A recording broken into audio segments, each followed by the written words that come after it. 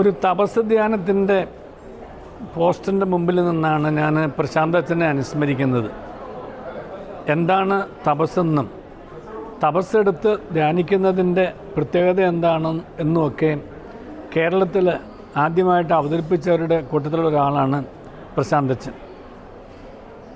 ഉപവാസം ഇരിക്കുന്നത് ഈശോയോടുള്ള സഹവാസമാണ് എന്ന് യഥാർത്ഥത്തിൽ കാണിച്ചു തരികയും കാണിച്ചു തന്നത് പഠിപ്പിക്കുകയും ചെയ്തൊരച്ഛനാണ്. പ്രശാന്ത് അച്ഛനെക്കുറിച്ചുള്ള ഏറ്റവും വലിയ എൻ്റെ ഒരു ഓർമ്മ എന്ന് പറയുന്നത്, അച്ഛൻ്റെ പേര് സൂചിപ്പിക്കുന്ന മാതിരി തന്നെ എപ്പോഴും പ്രശാന്തമായിരുന്നു. അച്ഛൻ്റെ പേര് തന്നെ പ്ലാസിഡ് എന്നായിരുന്നു. അതിൻ്റെ അർത്ഥം പ്രശാന്തം എന്നാണ്. ശാന്തവും സുന്ദരവുമായിട്ടുള്ളൊരു ജീവിതം. ഈശോയോട് കൂടി ആയിരിക്കുന്നതിൻ്റെ ആ ഒരു സന്തോഷം മുഖത്ത് എപ്പോഴും കാണാൻ കഴിയുന്ന ഒരച്ഛനായിരുന്നു. മുഖപ്രസാദം എന്ന് പറയുന്നതിൻ്റെ അർത്ഥം വരപ്രസാദം ഉള്ളതുകൊണ്ടാണ് എന്ന് തിരിച്ചറിഞ്ഞത് ഞാൻ അങ്ങനെയായിരുന്നു.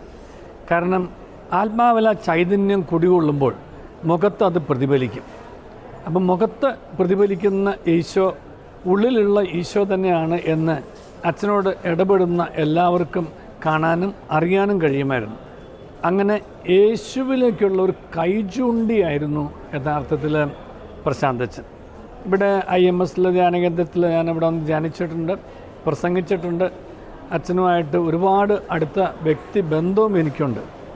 ആരും ഇല്ലാത്തവരും ആരുമല്ലാത്തവരും ഒന്നുമില്ലാത്തവരും ഒന്നിനും കൊള്ളാത്തവരും ആർക്കും വേണ്ടാത്തവരുമായിട്ടുള്ള അവരാണ് യേശുവിൻ്റെ സഹോദരരും സുഹൃത്തുക്കളും എന്ന് തിരിച്ചറിഞ്ഞിട്ട് അവരുടെ കൂടെ ശുശ്രൂഷ ചെയ്യുന്നതാണ് തൻ്റെ വിളി എന്ന് അച്ഛന് മനസ്സിലാക്കിയിട്ട് അച്ഛൻ മണിപ്പൂരിൽ നിന്നാണ് തിരിച്ച് ഇവിടെ വന്നിട്ട് ഈ ശുശ്രൂഷ ആരംഭിക്കുന്നത്.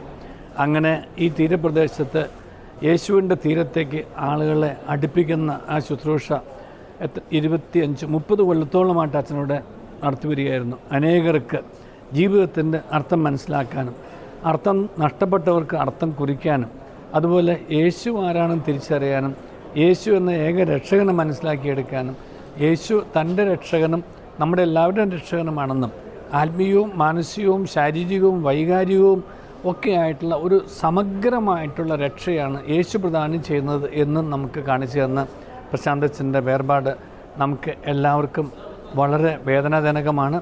നികത്താനാവാത്ത വിടവ് എന്നൊക്കെ പറയുന്നത് ഒരർത്ഥത്തിൽ അച്ഛനെക്കുറിച്ച് ഓർക്കുമ്പോഴാണ്. ധ്യാനഗുരുക്കന്മാരിലെ ഗുരു അച്ഛനായിരുന്ന പ്രശാന്ത് അച്ഛൻ്റെ വേർപാടിൽ എല്ലാവരോടും ഒപ്പം ഞാനും എൻ്റെ ദുഃഖം പങ്കുവെക്കുന്നു. അച്ഛൻ്റെ ആത്മശാന്തിക്കായി പ്രാർത്ഥിക്കുന്നതോടൊപ്പം നമ്മുടെ ആത്മാവിനൊക്കെ ശാന്തി ലഭിക്കുവാൻ, ജീവിതത്തിന് സ്വസ്ഥത ലഭിക്കുവാൻ, ജീവിതത്തിൽ സന്തോഷം കണ്ടെത്തുവാൻ, ജീവിതത്തിൽ യേശു നൽകുന്ന സമാധാനം കണ്ടെത്തുവാനായിട്ട് പ്രശാന്തമായ മുഖത്തോടു കൂടിയുള്ള പ്രശാന്ത് അച്ഛൻ്റെ ഓർമ്മയും മാധ്യസ്ഥവും നമുക്ക് സഹായമാവട്ടെ എന്ന് പ്രാർത്ഥിക്കുന്നു.